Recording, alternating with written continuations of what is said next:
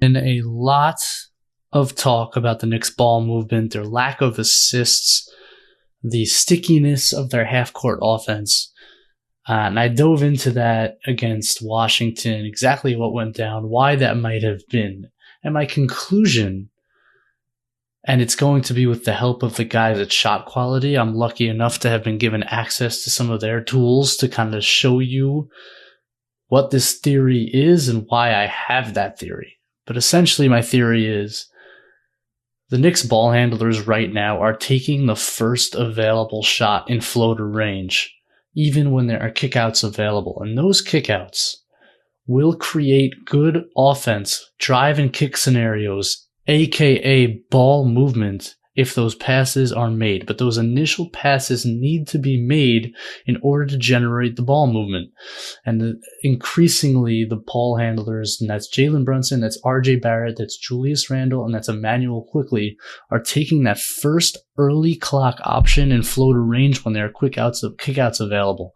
Shot Quality is going to show you, and this is a really cool tool that they have, they're going to show you the points that you're sacrificing by taking a difficult or contested floater as opposed to a kick out for three if it's open. And my argument is even more than that. Even if that shot isn't totally available, if a closeout comes, that's what generates the ball movement that we're looking for. First play of the game for the Knicks. I'm going to show you an example. They run this play a lot. Grimes with the pitch back, and you're going to see right over here, this is Shot Quality telling you the percentage of the shot based on who has the ball and where they are on the floor. Brunson gets downhill, as he often does, working really hard. You see how good he is in this range, 48%.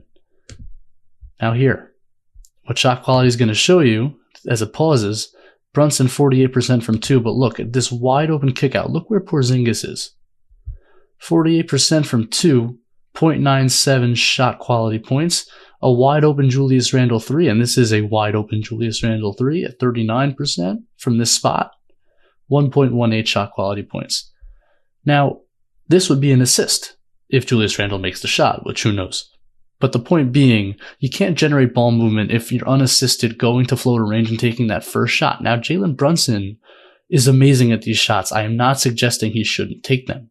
I am suggesting that he needs to balance it a little bit better with generating assists and ball movement by making this first pass.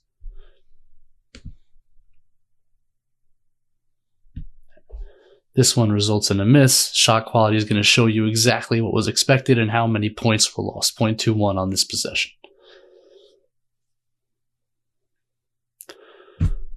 Play number 2. Still first quarter, 10-3 Washington. Brunson again gets in floater range. Now on this one, Shot Quality is going to say that there's a kick out available to RJ Barrett in the corner. Again, you see the differential. I would argue on this one that even a better option with Gafford here is probably a lob to Mitch that Brunson doesn't hit often enough. Again, he wants to take these floaters because he's excellent at them, 49%. But can you get a better look? Can you get an assist? Can you generate some ball movement?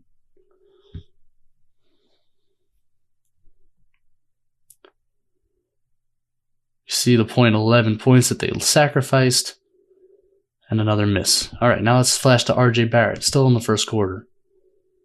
Gets to that mid-range area. Look at this pinch by Porzingis. Now this kick out, maybe Porzingis can recover to Randle, but again, that's what generates the driving kick. If Porzingis closes to Randle, Randle attacks that closeout, Beal has to pinch, then maybe you get a swing, you get a corner three, the kind of offense that we all want to see. That is a crazy RJ shot. And look at that, 33%. There's 16 seconds on the shot clock.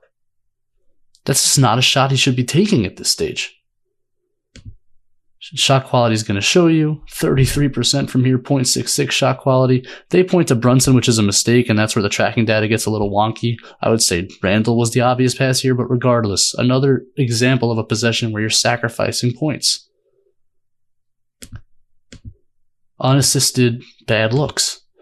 Brunson gets into floater range here again. Again, am I going to blame Brunson for taking the shot, which he's going to make, by the way? No.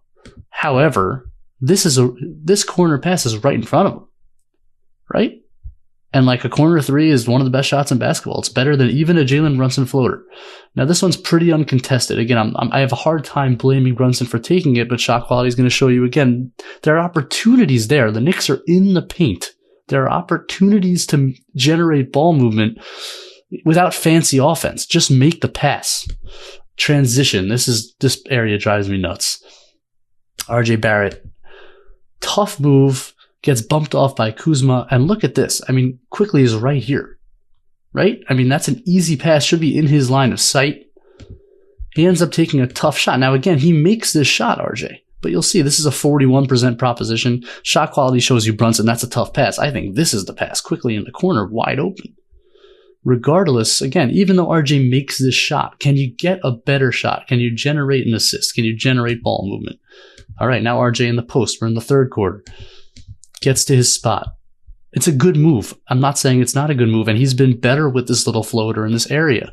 But again, it's off his own post up, and look at here. Look at Jalen Brunson. He's looking for this ball. Jalen Brunson wide open corner three. That's the shot that you want. It's not a bad look. That's not what I'm saying. But I am saying is that maybe we can go from good to great. And that's what we're asking for from this team. It doesn't have to be fancy schmancy offense, but there are opportunities here to create easy assists for your team, generate ball movement. All right, now let's go to Quickly, end of the third quarter. 18 on the shot clock, first move in. Gets to that floater range.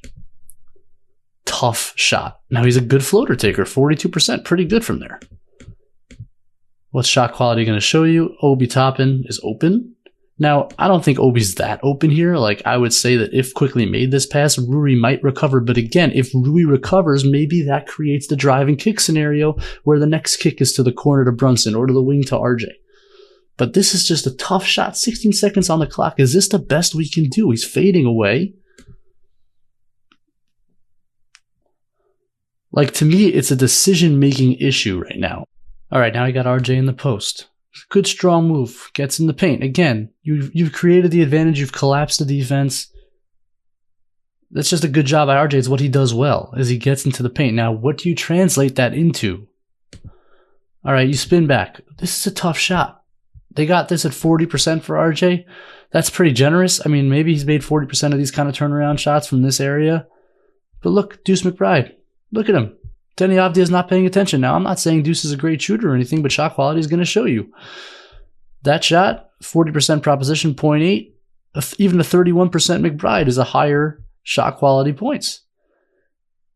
And now let's say Kispert closed out to McBride. Well, then you got that ball movement, swing to Obi in the corner, right? So, like, we're just taking difficult unassisted shots. I know there's not much time on the shot clock. There's plenty of time to hit McBride.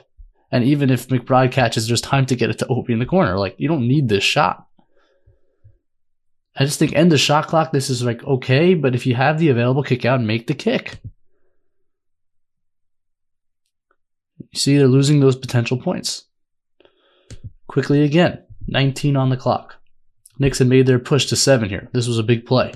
Chance to cut it to lower than it had been all game. 17 on the clock. He bumps off his man. Man, I mean, that is a tough shot for Quick. And he's been better on the mid-range jumpers, but you see shot quality has this at 31%. Why are we taking a 31% shot with 16 on the clock? Shot quality is going to show you. Now, here is interesting. I mean, they say, you know, their tracking data tells you Obi's open. I'm not so sure Obi's open here. In fact, I think the Wizards are in the passing lane. So I'm not even sure this pass is available. However, not really the point. If Quick takes another dribble, Obi rises up, Obi lifts up to the wing, whatever it is, or Quick can kind of snake this and get to the other side of the floor, whatever it is. Like, we can just do better than this. We can generate ball movement off of the initial penetration in a way that's better than this. I just think that's up to the ball handlers to decide how they want to approach this. If you want the ball movement to increase, if you want to get the defense in rotation, this isn't the shot. And you see 0.4 right, potential points lost here as well. And these all add up. All right, we're in the fourth quarter. Here comes Brunson. Tough move. He's got a 7-3 Porzingis. Shot quality has this at 49%. I don't think they're taking into account maybe the way he's leaning here. I mean, this is difficult with Porzingis and his length in the way. I don't know, 49% seems like a really high number. But even if that's right, shot quality is going to show you. That's 49%. RJ is staring at him in the corner. You see this defender's looking at Brunson. He's open. Kick it. See what happens from there. Right? How many examples is this already of the same thing? And you can tell me that they need to run better offense. And I think there are areas where they can improve and run better offense. My argument also is that within what they're doing and what they do really well, which is get into the paint, there are ways to generate ball movement that they're failing. Their ball handlers are failing to do so. Now, one thing I also want to point out, and one reason they're encouraged to take these floaters, is because they do generate a lot of offensive rebounds. That's been shown. Fred Katz wrote a story about it, right? Randall got that rebound because the big comes out to guard the floater, and that leaves that the opposing big comes out to guard the floater. That leaves the Knicks big under the basket. They do get a lot of offensive rebounds that way, and those are called what Kobe assists, right? They're a form of assist. You get your big men some dunks that way. I don't want to discount that. I think it's important. It's a reason this team still has a top 10 offense, a big reason why. And yet I still feel like there's a better balance to be struck between the tough floaters, especially early clock floaters, and trying to get a better shot, trying to get the ball to the second side, trying to generate some movement, some continuity. And this play I wanted to show because it's a bit of a different form of the same issue. Right? Nobody here is in floater range per se, but Brunson makes this pass.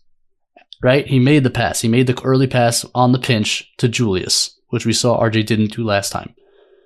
But look at Quentin Grimes looking for this ball. And this is like the classic example of a Spurs good to great. That pass to the wing, the closeout comes. You got a good seal screen over here by Quickly. Grimes is popping to the corner. I'm much happier with a Grimes corner three than a Julius decently contested wing three. Everybody should be. Julius should know this. Even if this is a 34% shot quality is going to show you. That's 34%. A Grimes corner shot, 36%. Better shot quality points. Like, go from good to great. Like, that's a clear example where you could have ball movement and he just didn't create it because he didn't make the next pass. And here's the contrast to kind of demonstrate what I mean. Maybe the only or one of the only good examples of ball movement from that Washington game occurs on this possession. Knicks are down 9 at the time, and RJ again doing a lot of work here, gets trapped. And this time he gets to that floater range and he actually makes the pass to Obi. And you'll see it doesn't generate an open three because obviously does a good job of closing out. But look at what it creates, the driving kick. No one really spaces out well for Obi here. He makes a really athletic play to get this pass to Quick. And there's that ball movement and you get a wide open three from the guy who made the initial pass. So like, it shows you, just like when you make that first pass and you force the defense to rotate and you allow your guys to attack closeouts and you create that kind of movement, the possessions will change. The assists will come. Finally, and this is what I wanted to point out at the end, is like with the second unit, things are sticking now. And I think losing Burks and then having Rose out of the rotation, two of your quicker decision makers, has impacted that in a big way. And quickly running the point, things get sticky. There's 16 on the clock. They start this possession too late, number one, but he goes around this screen 3 times without attacking. You got to make a decision, and you can't stop your dribble there. And now he throws this to McBride. And here, I think Obi, he's got to be more active here. You got to go screen, because this can't end up in a McBride ISO. It's not going to end well.